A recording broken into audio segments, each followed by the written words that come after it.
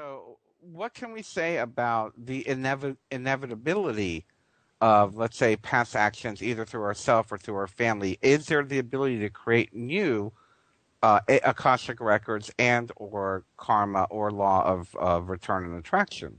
Yes, so absolutely. Every moment is new.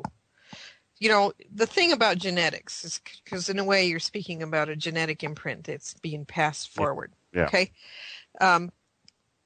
There is usually one or two people in a family that are kind of appointed, to clear the ancestry, clear the karmic ancestry.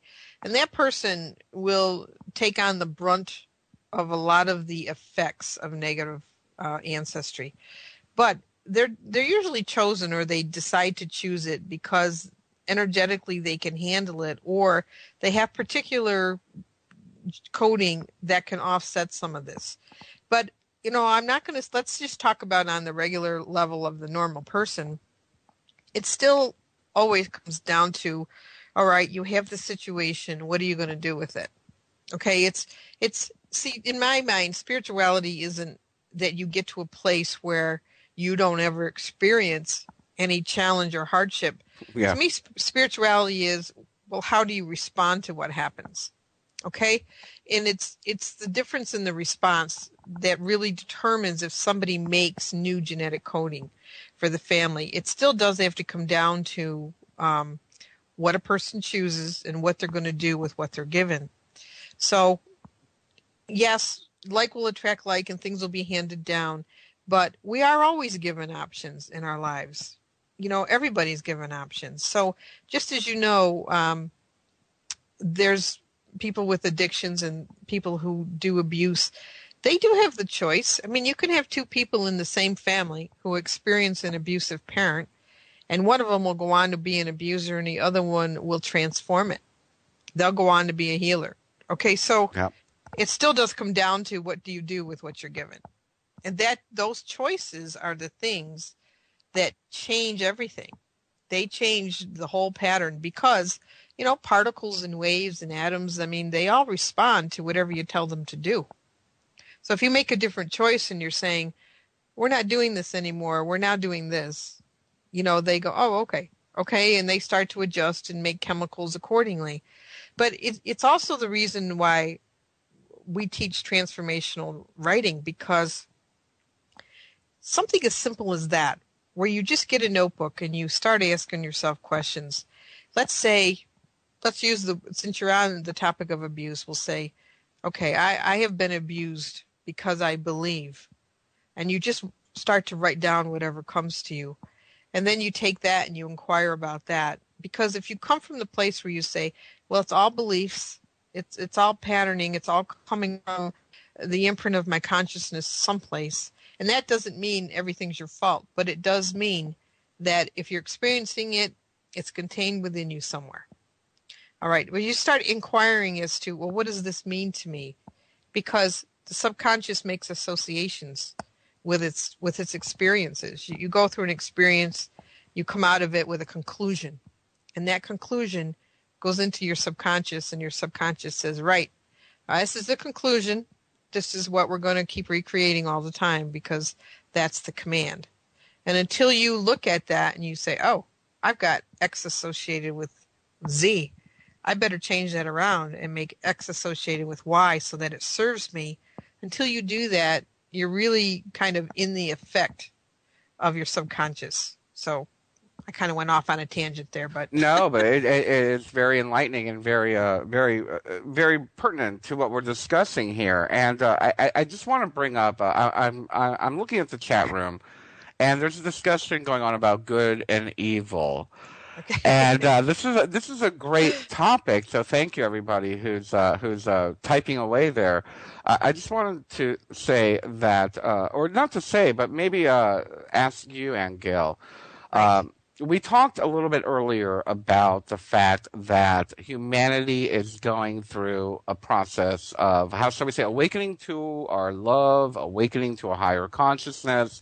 We're seeing a lot of negative stuff in the news. We're seeing, the situation with Syria and whatnot. But even on the personal level, how would you explain, or how can you help us define what is good and evil, in the sense of, in my training and my magical training, I was trained to understand that there is no good and evil. There is only the outcome that presents itself in order to help evolve ourselves or our humanity. In other words, people look at, for example, a forest fire as something evil. But Mhm. meanwhile, the forest fire destroys everything and allows the new seedlings to take root and to grow. That's right. I know this is a very, very expansive topic, It but is. It, what can you share with us in the sense of how can we better define good and evil within our lives? okay.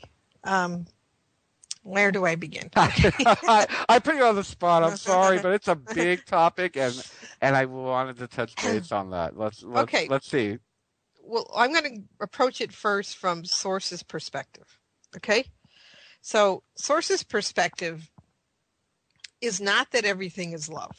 Okay. In other words, on the one hand, it'll say that what holds creation together is love. What allows things to even become materialized at all is love. And love really is a physics term in the way that I'm speaking. Okay. It is actually a foundational uh, template or imprint that allows life to have intelligence to know what it's doing. So at the highest level, that is really all that's happening at the highest level, and that can never be destroyed by anything. But when you come down the levels, and we are in a planet of duality thinking, and which means that we have this positive and negative thing going on inside of our own brain, actually. And we have two perceptions of ourselves as well. We have a perception of ourselves as we remember that we were spirit.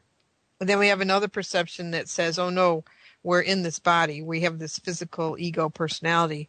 And we are always in conflict between those two truths. And we don't always know which one is true. So whenever you have a duality planet, you're going to see opposites. That's just what happens.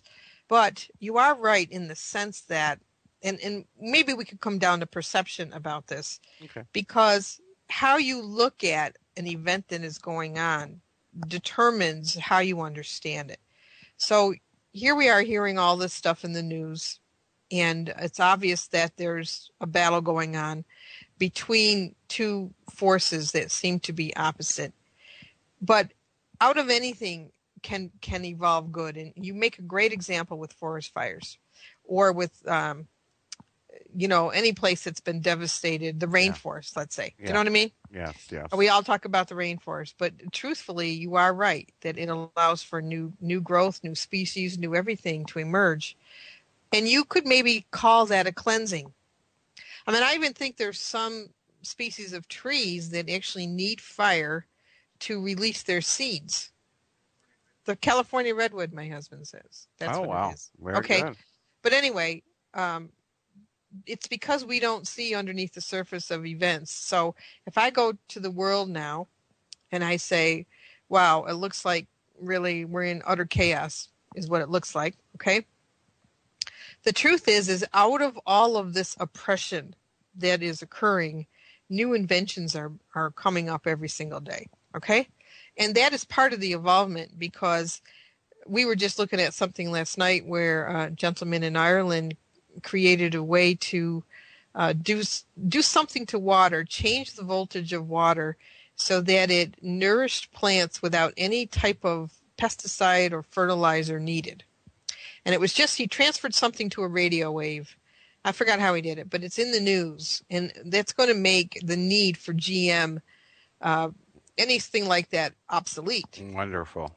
Okay, now that's coming out of the oppression of what we've done to the soil. Okay, and then anyway, all this new technology that is coming up with solutions for water and pollution. Some 19-year-old kid just created a device to put in the oceans that would draw all the plastic in the ocean to it, and Wow. then it had a way to transform all that plastic and actually save the wildlife and the ocean mammals.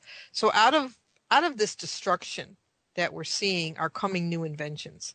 And those new inventions are actually more in harmony with the environment and more in harmony with the earth. Okay? So let me take it down to a personal level, because if someone experiences something horrific, or let's say evil in their lives, they have a family member that gets murdered, a child who gets raped, they lose a child really young from illnesses, you could categorize all that as evil doing, right? Okay. But if you get in somebody's records and you look at their time stream and you look at the cause and effect relationship that's happening, you see that it does follow a particular, it makes sense, okay, even though it's diabolical, okay? Now, at the highest level, though, Source would talk to us and say that we are evolving to a place where we don't need to learn in those ways anymore. In other words, there is a way for evolution to occur without going through suffering and destruction. Okay, there is a way. We're not at it yet because our brains are still dualistic. And so as long as our brains are dualistic and we're looking at things in positive and negative terms, and that's how we process, we are not going to manifest unity consciousness effects. Because in unity consciousness, there's only creativity, you see. Yeah. It's only boundless creativity. It's not. And Gail, we're going to go on break, and we're going to continue this particular discussion when we return from our top of the hour break. We'll be right back.